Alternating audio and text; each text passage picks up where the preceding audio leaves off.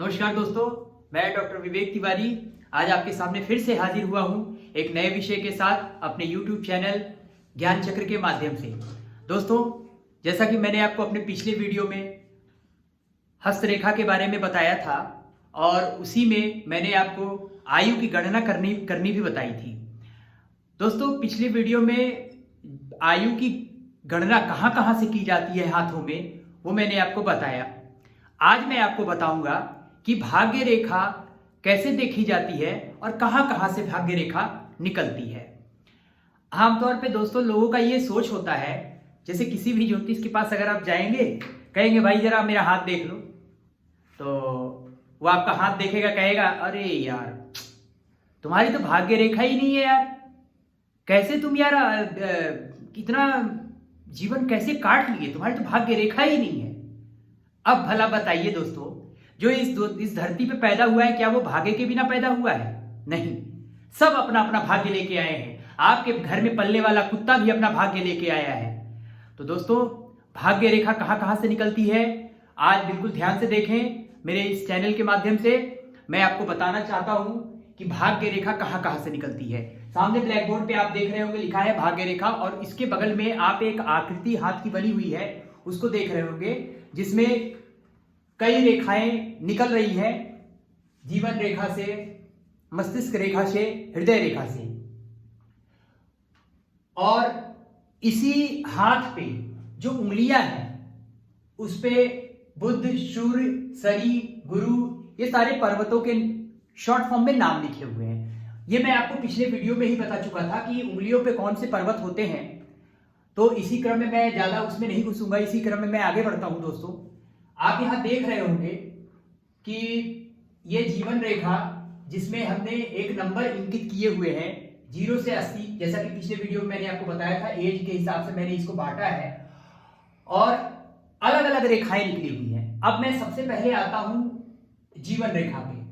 दोस्तों, जीवन रेखा से जो भी रेखाएं निकल के हमारे किसी भी पर्वत को अगर ज्वाइन करती हैं, जाके मिलती हैं, तो जीवन रेखा से निकलने वाली हर वो एक रेखा भाग्य रेखा का काम करती है। जैसे ये जीवन रेखा, ये रेड कलर का जो मार्क किया हुआ है, यहाँ शुक्र लिखा हुआ है, ये जाके सीधा जाके मिला है छोटी वाली उंगली से जहां बुध लिखा हुआ है। तो ये भी एक भाग्य रेखा है जो कि जीवन रेखा से जाके बुध रेखा से मिली है। इसका मतलब ये है कि वो इंसान बुध की जो औसत आयु होती है 33 वर्ष के आसपास, उस अवस्था में कुछ ना कुछ अचीव करेगा। और इसके ये भी बताता है कि उसके भाग्योदय में बुध का बहुत बड़ा रोल रहेगा, अगर सिर्फ ये रेखा जीवन रेखा में किसी भी इंसान के हाथ में है तो। दूसरा, मान लीजिए इसी शुक्र पर्वत से अगर ये रेखा, जैसे दिख रहा है 40 के ऊपर कटा हुआ है, ये इस 40 के ऊपर से कटते हुए रेड कलर का ये रेखा सूर्य के बीच में जाके मिला है, सूर्य के पास जाके मिला है, और उसी सूर्य के पास यहां सू लिखा हुआ है। तो ये भी एक क्या है, भाग्य रेखा है। यानी कि उस इंसान के हाथों में अगर ये रेखा जाके जीवन रेखा से सूर्य रेखा को मिल रही है, इसका मतलब ये है कि उस इंसान का सूर्य का बहुत सपोर्ट है, उस इंसान को सूर्य ग्रह का बहुत सपोर्ट है, सूर्य यानी पिता का उसका सपोर्ट है, शासन का सपोर्ट है, गवर्नमेंट का सपोर्ट है। ऐसा इंसान सूर्य की कृपा से आगे बढ़ेगा। उसका जब उसके जीवन में सूर्य की दशा, अंतरदशा, महादशा आएगी, वो इंसान सूर्य से भाग्यशाली होगा। अब यहां से आप देख रहे होंगे शुक्र से एक नीला कलर का लाइन जा रहा है जो शनि पर्वत को टच कर रहा है। ये भी एक भाग्य रेखा है जो जीवन रेखा से होते हुए शनि पर्वत को जाके टच कर रही है। इसके अलावा दोस्तों, आप यहां देख रहे होंगे, ये जो अंगूठे के पास है, यहां पर मंगल पर्वत भी होता है। तो मंगल पर्वत से होते हुए एक रेखा आपका शनि पर्वत को जा रही है, ये भी भाग्य रेखा का काम करती है। जहां पे गुरु लिखा हुआ है, गुरु पर्वत, यहां से एक रेखा जाके शनि पर्वत को मिल रही है, वो भी भाग्य रेखा का काम करती है। इसी तरीके से ये जो आपका इधर मंगल लिखा है, ये रेखा जाके सीधे शनि पर्वत को मिल रही है, ये भी भाग्य रेखा का काम करती है। इसके अलावा ये हमारा चंद्र पर्वत है, ये जो बड़ी रेखा जहां मैं ये डंडा दिखा रहा हूं, ये वाली लाइन, तो ये वाली रेखा जाके सीधे शनि पर्वत को मिल रही है, ये भी भाग्य रेखा का काम करती है। इसका मतलब ये कि चंद्र पर्वत की जो सीधे रेखा शनि पर्वत की ओर जा रही है, यानी कि इस ऐसे इंसान का माता से भाग्य डेवलप होगा, मामा से भाग्य डेवलप होगा, जल के जरिए उसका भाग्य डेवलप होगा। क्यों? क्योंकि चंद्रमा जो होता है जल का कारक होता है, माता का कारक होता है, मामा का कारक होता है, मौसी का कारक होता है, तो ये उनके जरिए इस इंसान का भाग्य डेवलप करेगा।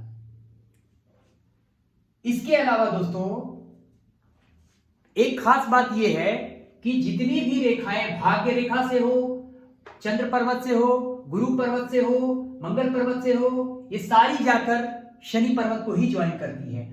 मान लीजिए इन सब में से कोई लाइन नहीं है, किसी के पास कोई भी लाइन नहीं है, जो जितने भी मैंने ड्रॉ किए हैं, सिर्फ एक शनि पर्वत के नीचे से एक रेखा ऐसे निकली हो, छोटी सी रेखा, वो भी दोस्तों आप शायद पकड़ ना पाए, अरे ये तो ऐसे ही है, नहीं ऐसे ही नहीं है।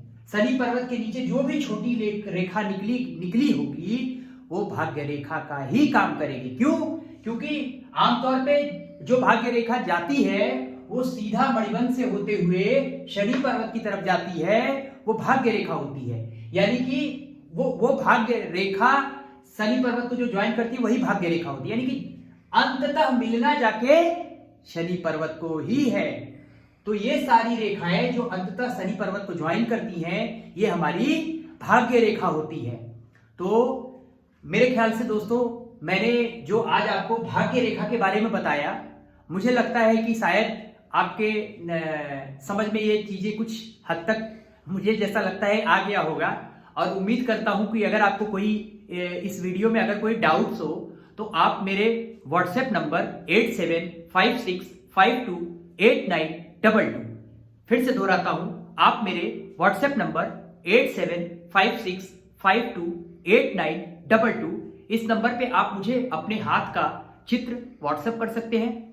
और साथ ही आपके जो समस्या है उसे आप मेरे YouTube के कमेंट बॉक्स में आप डाल सकते हैं। मैं कोशिश करूंगा कि आपकी जो भी समस्या है उसको हल करने का प्रयास करूं। कृपया करके मेरे चैनल को जब भी आपको मौका लगे, जो वीडियो मैं डालूं उसको ध्यानपूर्वक देखिए, क्योंकि दोस्तों मैं चाहता हूं कि जितना ज़्यादा नॉलेज मैं आपके साथ शेयर कर सकूं वो मैं करूंगा। तो इसी उम्मीद के साथ दोस्तों मैं आप सभी से इजाज़त लेता हूं और अपने नेक्स्ट वीडियो में फिर से एक नए टॉपिक के साथ आपसे मुलाकात करूंगा। तब तक के लिए दोस्तों मुझे इजाज़त दें। जय सीताराम दोस्तों।